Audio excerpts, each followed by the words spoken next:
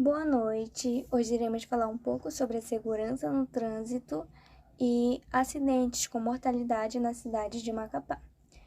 O grupo é composto pelo Carlos Idael, Esmeralda Ottoni, que sou eu, Isis Helena, Vitor Manuel e Vitória Denise.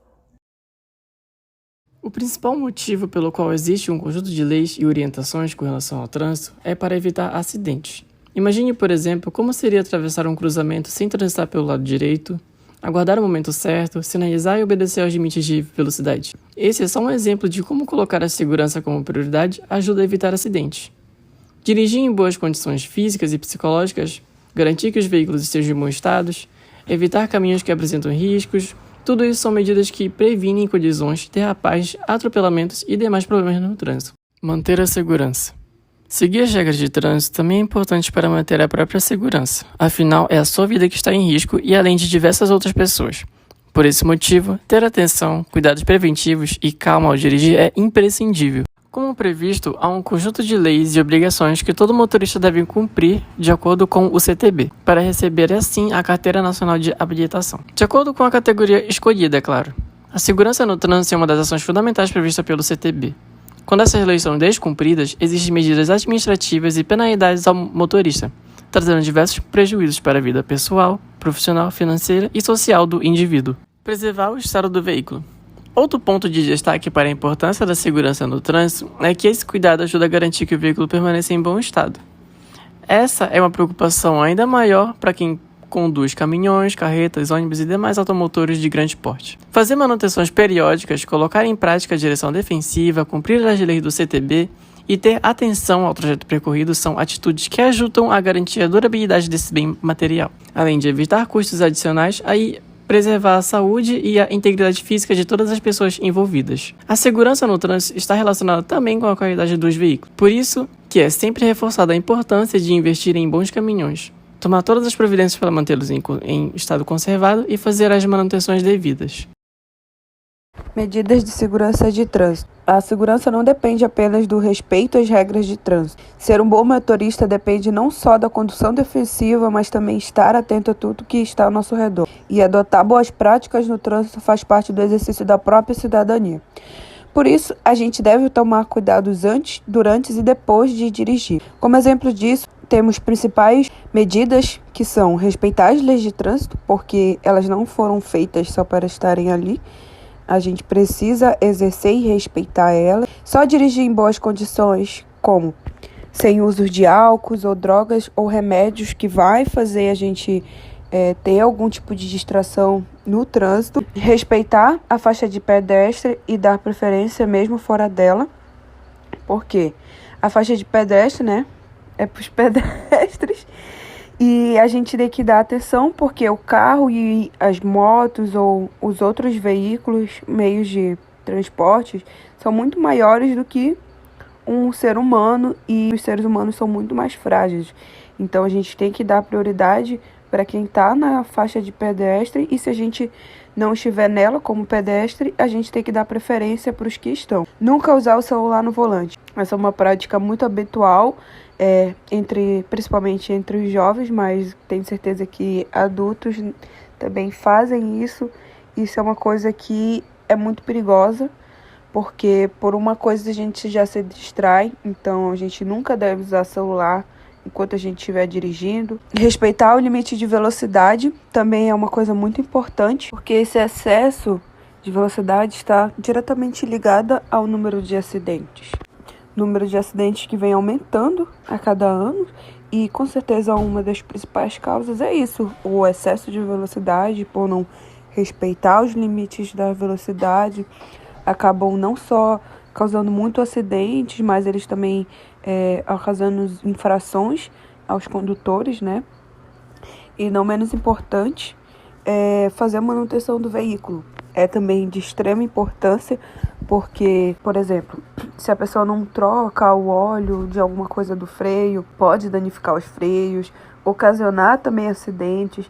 Se as pessoas não fazem manutenção das luzes ou de qualquer outro equipamento que é necessário no carro, vai acabar causando um acidente. Que é por isso que tem essa coisa no carro, lâmpadas ou retrovisores. Então tem que fazer a manutenção periódica dos carros, verificar motor, verificar freio, verificar qualquer tipo de coisa, porque é menos uma coisa para causar acidente, certo? Olá, eu me chamo Vitória e eu vou comentar sobre os principais acidentes de trânsito.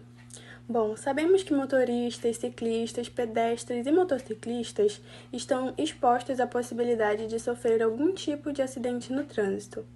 Apesar da queda nas estatísticas de acidentes nos últimos anos, ainda é um problema muito significativo no Brasil. E para mudar essa realidade é preciso que todos tenham atenção e sigam alguns cuidados essenciais. De acordo com o DENIT, o Departamento Nacional de Infraestrutura de Transporte, as ocorrências mais frequentes são colisão no mesmo sentido ou transversal, saída de pista, batida em objeto fixo, capotagem, colisão frontal e atropelamento. Existe um documento chamado Atlas da Acidentalidade no Transporte, ele que nos permite entender um pouco melhor o que é que causa esses acidentes. No documento é possível ver que problemas como falta de atenção, desrespeito à sinalização, ingestão de álcool, defeito mecânico no veículo e defeito na via são fatores que podem ocasionar esses acidentes mais comuns. E para evitá-los, devemos tomar algumas medidas de segurança, como a Helena e o Idael falaram anteriormente, como respeitar as leis de trânsito, fazer manutenções preventivas no veículo e, claro, sempre manter a atenção total no volante. Agora falando um pouco sobre os acidentes de trânsito em Macapá, o estado do Amapá possui uma população de 877.613 habitantes, segundo o último censo demográfico do IBGE, divididos em 16 municípios, e o mesmo censo mostra um número de veículos em circulação de 232.691. Isso matematicamente nos diz que cerca de 26% da população possui um veículo em circulação.